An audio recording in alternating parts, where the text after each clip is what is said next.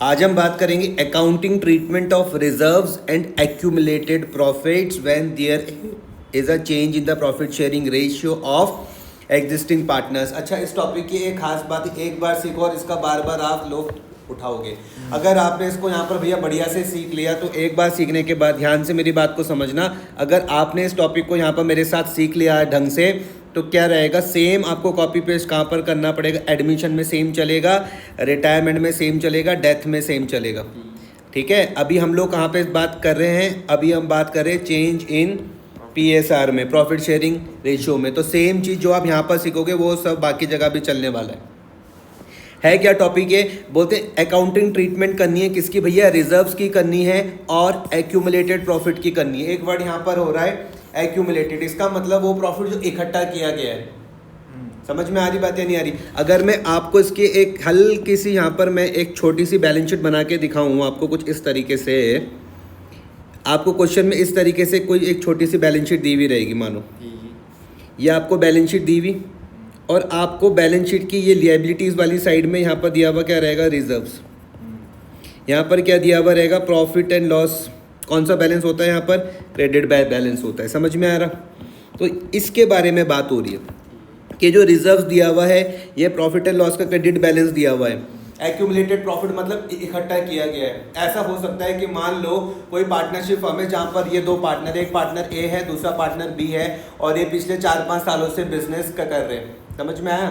और ये क्या कर रहे हैं, उसका कुछ पार्ट कहाँ पे ट्रांसफर कर रहे हैं, रिजर्व में कुछ ट्रांसफर कर रहे हैं, या इनके पास कुछ प्रॉफिट है जो अभी इन्होंने डिस्ट्रीब्यूट नहीं किया, उसके बारे में चर्चा हो रही है।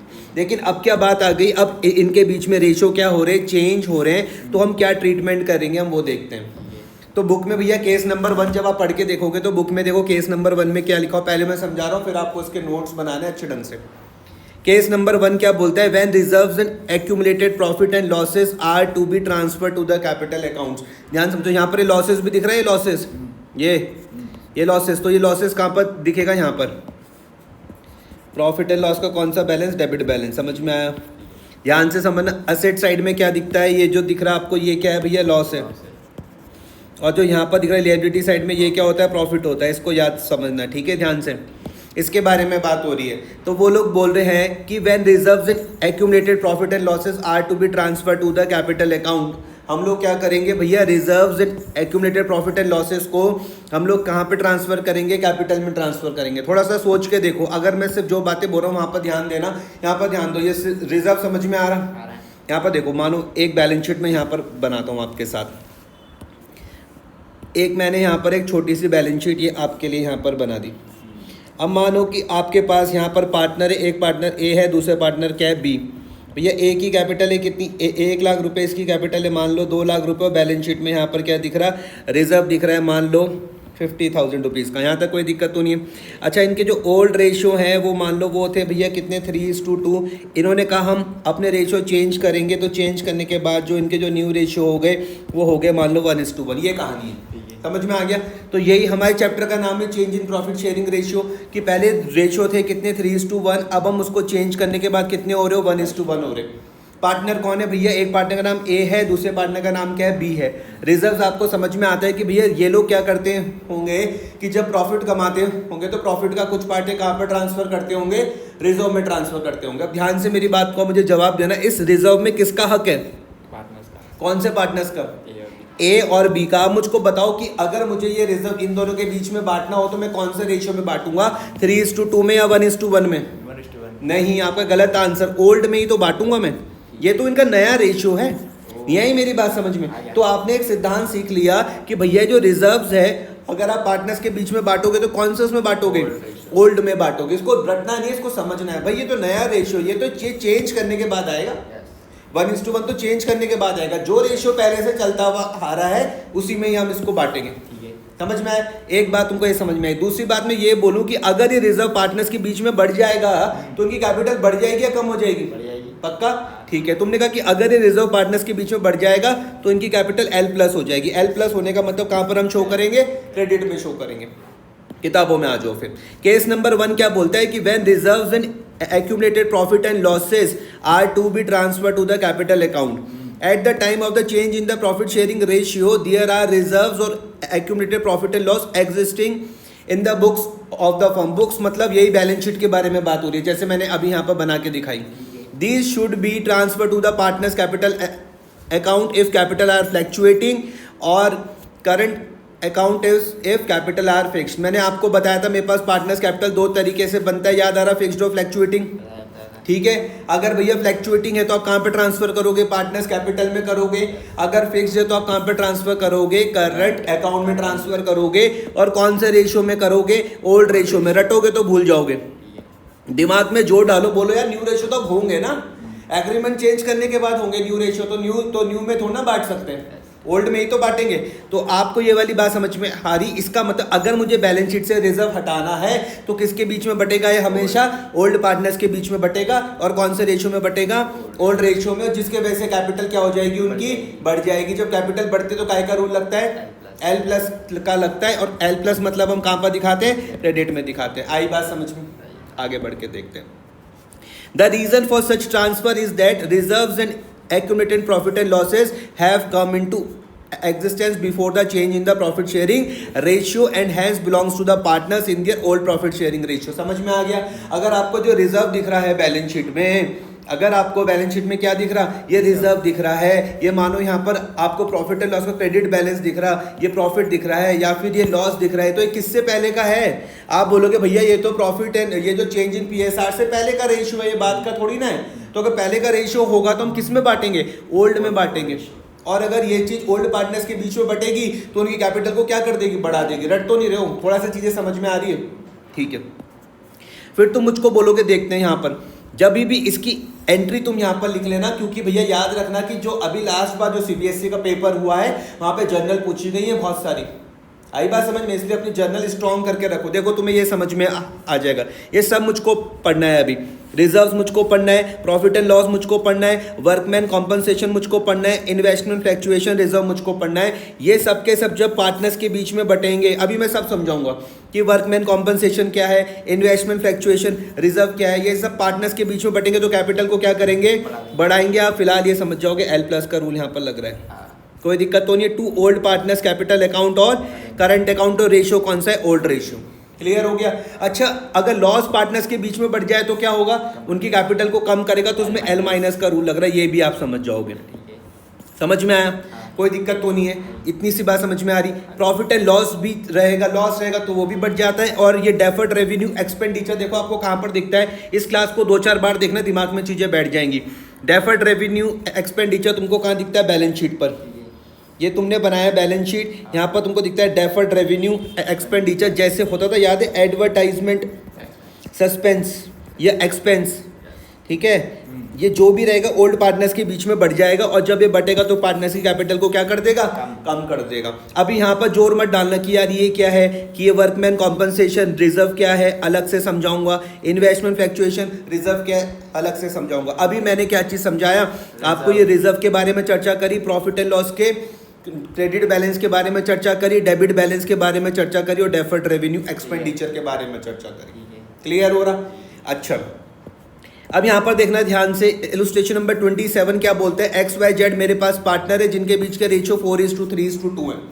तो इतना पढ़ने पर तुम्हें कोई दिक्कत नहीं आएगी। तुम बोलोगे हमारे पास 3 पार्टनर है, एक पार्टनर का नाम एक्स है, दूसरे पार्टनर का नाम वाई है, तीसरे पार्टनर का नाम जेड है, जिनके बीच के प्रॉफिट एंड लॉस के रेशियो 4:3:2 है। इसको मैं लिख सकता हूँ 4/9, 3/9 और 2/9, ऐसे करके लिख सकता हूँ ना। 4 और 3 क्या हो गया? 7 और 2 9 का बेस आ गया। 1 अप्रैल 2024 की बात है। वो लोग बोलते हैं कि भैया हम जो हमारा जो फ्यूचर का शेयर होगा उसको इक्वली करेंगे, मतलब 1:1:1 आ गया समझ में? इसका मतलब क्वेश्चन में तुम्हें ओल्ड भी दिया हुआ, क्वेश्चन में तुमको यहाँ पे न्यू भी दिया हुआ है। ऑन द डेट उनकी जो बैलेंस शीट है, देखना यहाँ पे, ऑन दैट डेट जो उनकी जो किताबें हैं, book showed the following items. अभी भले ही आपको ऐसे दिख रहा हो, ध्यान से समझना। प्रॉफिट एंड लॉस का क्रेडिट बैलेंस का मतलब है, तुमको पता है ये क्या है? क्या है? प्रॉफिट है। प्रॉफिट एंड लॉस का क्रेडिट बैलेंस का मतलब क्या होता है? प्रॉफिट होता है। जनरल रिजर्व तुमको दिख रहा है 45,000 रुपए। थोड़ी सी चर्चा में इसके बारे में कर देता हूं, अगर ये आ गया है यहाँ पर तो। इसका नाम है वर्कमैन कॉम्पनसेशन रिजर्व। देखो इसको थोड़ा सा यहाँ पर समझ लो, वैसे मुझे आगे डिटेल में समझाना है। इसको मैं क्या बोलता हूँ? Workman compensation reserve. ध्यान से इस चीज को समझना। ये हमारे पास कंपनी है, ये हमारे पास पार्टनरशिप फर्म है। पार्टनरशिप फर्म साल भर क्या करती है? बिजनेस करती है। एंड में मान लो यहाँ पर जाके इसने क्या कमाया, मान लो प्रॉफिट कमाया, प्रॉफिट कमा लिया, मान लो प्रॉफिट कमा लिया मान लो 5 लाख रुपए का। लेकिन ये क्या करते हैं, इस 5 लाख रुपए का 10% कहाँ पर ट्रांसफर करते हैं, वर्कमैन कॉम्पनसेशन रिजर्व में। तुम मुझे बोलोगे कि यार ये रिजर्व किस काम आएगा, तो मैंने कहा वर्कमैन को कॉम्पनसेशन देने के काम आएगा। आई बात समझ में। मान लो 2 पार्टनर, एक पार्टनर ए है एक बी है, ये दोनों मिलके कोई पार्टनरशिप बिजनेस करते हैं, इनके यहाँ पे 10 लेबर काम करते हैं मान लो। तो उन 10 लेबर को अगर किसी भी तरीके का कभी कोई कॉम्पनसेशन देना पड़ जाए, चाहे फिजिकली, तो मतलब कुछ भी उनको कोई दिक्कत परेशानी आ जाए तो वर्कर को कॉम्पनसेशन देना पड़ेगा। उसके लिए इन्होंने 10% का क्या बना रखा, मान लो रिजर्व बना रखा है। क्लियर हुई बात या नहीं हो रही? अगर ये रिजर्व इस्तेमाल हो गया तो इसका मतलब हमने पैसे उनके पे कर दिए या फिर मेरे सर में लायबिलिटी आ गई। लेकिन अगर ये रिजर्व इस्तेमाल नहीं हुआ तो इनके तो बल्ले बल्ले। नहीं आया समझ में? हो गया। इसका उद्देश्य समझ में आ रहा है आपको? तो आपको आप मुझको बोलोगे यार ये हमको क्या रिजर्व कहाँ दिखेगा, तो मैंने कहा ये भी यहीं दिखेगा, लायबिलिटी में वर्कमैन कॉम्पनसेशन रिजर्व भी यहीं पर ही दिखता है। क्लियर हुआ? अभी हमें इसको डिटेल में आगे पढ़ना है। यहाँ पर मुझको दिख रहा है 60,000 रुपीज का एडवर्टाइजमेंट सस्पेंस। कहाँ पर दिखता है? डेबिट। कहाँ पर दिखता है? अरे डेबिट में असेट्स में दिखता है। कितना? 90,000 रुपीज का। आपको यहाँ पर इसकी क्या करनी, जनरल एंट्री करनी है। आप मुझको पहली वाली की बताओ, इसकी क्या होगी जनरल एंट्री? पहली वाली की मुझे यहाँ पे बताओ, इसकी जनरल एंट्री क्या होगी? किसकी? ये पहला वाला जो दिख रहा। अच्छा पहले मुझको बताओ कि यहाँ पर कौन सा रेशियो तुम्हारे काम का है, ये ओल्ड रेशियो काम का है या न्यू रेशियो तुम्हारे काम का है? तुम बोलोगे भैया ओल्ड रेशियो मेरे काम का है। समझ में आ रहा? अब यहाँ पे प्रॉफिट एंड लॉस का क्रेडिट बैलेंस दिख रहा है। मुझको बताओ ये मैं अगर पार्टनर्स के बीच में बांटूंगा तो उनकी कैपिटल बढ़ेगी या कम होगी? बढ़ेगी। पक्का?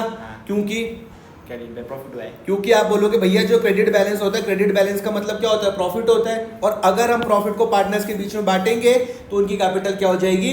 बढ़ जाएगी। और कौन से रेशियो में मैं बांटूंगा? जो कि क्या है? 4:3:2। रिजर्व्स अगर मैं ओल्ड पार्टनर्स के बीच में बांटूंगा तो कौन से रेशियो में बांटूंगा? कौन से? उसमें 4:3:2 में। और रिजर्व्स अगर पार्टनर्स के बीच में बटेगा तो उनकी कैपिटल बढ़ेगी या कम होगी? ठीक है। वर्कमैन कॉम्पनसेशन रिजर्व मान लो इस्तेमाल नहीं हुआ, क्योंकि कुछ और तो लिखा हुआ नहीं है। हमने कहा इस्तेमाल ही नहीं हुआ, तो जब इस्तेमाल नहीं होगा तो पार्टनर्स के तो मजे आ गए ना। तो अब क्या करेंगे इसको? इसको भी हम ओल्ड पार्टनर्स के बीच में ओल्ड रेशियो में बांट देंगे तो उनकी कैपिटल बढ़ जाएगी, कम हो जाएगी? ठीक है। तो तुम बोल रहे हो कि इन तीनों से क्या हो जाएगी भाई? कैपिटल बढ़ जाएगी। कोई दिक्कत तो नहीं है। एडवर्टाइजमेंट सस्पेंस कहाँ पर होता है? असेट साइड पर होता है। ध्यान से समझना, एडवर्टाइजमेंट सस्पेंस आपको कहाँ पर दिखता है? असेट साइड पर। कई बार इसके लिए वर्ड लिखा हुआ होता है राइट ऑफ। राइट ऑफ का करने का मतलब है इसको बैलेंस शीट से हटा दो। समझ में आ रही बात या नहीं आ रही? एडवर्टाइजमेंट सस्पेंस यहाँ पे डेबिट में दिख रहा है, असेट्स में। मतलब अगर मैं इसको पार्टनर्स के बीच में राइट ऑफ करूंगा तो कैपिटल बढ़ जाएगी या कम हो जाएगी? आप बोलोगे कम हो जाएगी। कौन से रेशियो में? ओल्ड रेशियो में, जो कि क्या था? 4:3:2। साफ साफ काम करना, स्केल के साथ तरीके से काम करना, आपको ये एंट्री समझ में आ जाएगी। Profit and loss general reserve workman compensation to X capital Y capital Z capital 4:3:2 में मैंने बांट दिया।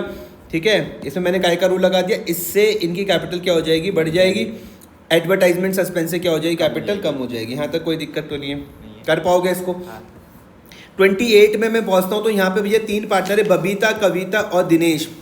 ठीक है। ये तीनों क्या है? किसी एक फर्म में पार्टनर हैं। फ्रॉम 1 अप्रैल 2028 उन्होंने कहा कि भैया हम फ्यूचर में जो हमारे पास जो प्रॉफिट एंड लॉस का रेशियो रहेगा वो 2:3:5 रहेगा। काम का कौन सा रेशियो है? ये तो नया रेशियो है। पहला का तो कुछ दिया है वही नहीं है? नहीं। Babita, Kavita and Dinesh were partners in a firm. ठीक है। From 1 April 2018 they decided to share profits in the ratio 2:3:5। ठीक है। On this date, the balance sheet of the firm showed a balance of rupees 60,000 in contingency reserve. अब contingency का मतलब होता है आकस्मिक। आकस्मिक होता है इमरजेंसी।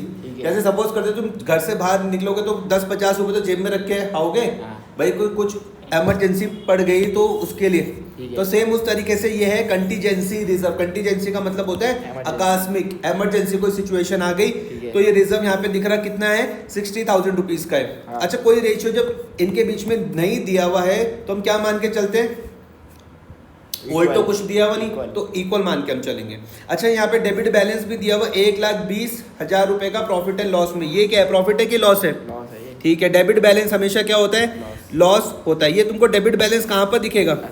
एसेट साइड पर। और ये कंटीजेंसी कहाँ पर दिखेगी? रिजर्व लायबिलिटीज में। रिजर्व चाहे कोई सा भी हो, याद रखना कहाँ पर दिखता है? लायबिलिटीज में दिखता है। उस टाइम जो गुडविल है फर्म की वो कितनी है? 3,60,000 रुपए। अच्छा, इस गुडविल की ट्रीटमेंट मैंने तुमको लास्ट लेक्चर में समझाई थी, ध्यान से। इसमें मैंने बताया था तुमको देखना है कौन सा पार्टनर गेन कर रहा है, कौन पार्टनर सेक्रीफाइस कर रहा हाँ, है। पता था। ठीक है, जो पार्टनर गेन करेगा उसकी कैपिटल को कम कर देना, जो सेक्रीफाइस करेगा उसकी कैपिटल को बढ़ा देना। Yes. इसकी ट्रीटमेंट तुमको पता है। Yes. सीबीएसई 2019 का है, चेन्नई का। Yes. आपको एंट्रीज डालनी है, देखो बड़ा ही सिंपल है। कंटीजेंसी रिजर्व पार्टनर्स के बीच में बढ़ जाएगा तो कैपिटल क्या हो जाएगी? बढ़ जाएगी। यहाँ तक कोई दिक्कत तो नहीं नहीं है। है। लॉस पार्टनर्स के बीच में बढ़ जाएगा तो कैपिटल क्या हो जाएगी? कम हो जाएगी। क्योंकि कोई रेशियो दिए हुए नहीं थे, तो मैंने ओल्ड क्या मान के चला? Yes. मैंने ओल्ड रेशियो क्या Equal. मान के चले? Equal. इक्वल मान के चले 1:1 यहाँ तक कोई दिक्कत तो नहीं है। और ये मेरे हिसाब से आप खुद कर लोगे। कर लेंगे। ये मैंने आपको बताया था कि आपको कैलकुलेशन करनी पड़ेगी, जहाँ पर आप क्या करोगे, अगर आज जब भी आपको गुडविल की ट्रीटमेंट करनी है तो आप देखोगे भैया कौन सा पार्टनर क्या कर रहा, ठीक है। निकालोगे ना। आपको हाँ। ओल्ड पता है, New आपको पता है। न्यू पता है। इन दोनों के बेस में तुम निकाल दोगे क्या भैया? सेक्रीफाइस। तुम क्या निकाल Gain. दोगे? गेन। जो पार्टनर करेगा सेक्रीफाइस, तुम बोलोगे भाई टेंशन मत ले, मैं बढ़ा तेरी देंगे। कैपिटल को बढ़ा दूंगा। जो गेन करेगा उसकी कैपिटल को हम कम कर देंगे। एल प्लस कहाँ पर आता है? क्रेडिट में आता है। एल माइनस कहाँ आता है? डेबिट में आता है। ये तुम मेरे हिसाब से कर लोगे। हाँ, ठीक है, आगे बढ़ते हैं फिर। खत्म। ये कर लोगे, चलो ठीक है।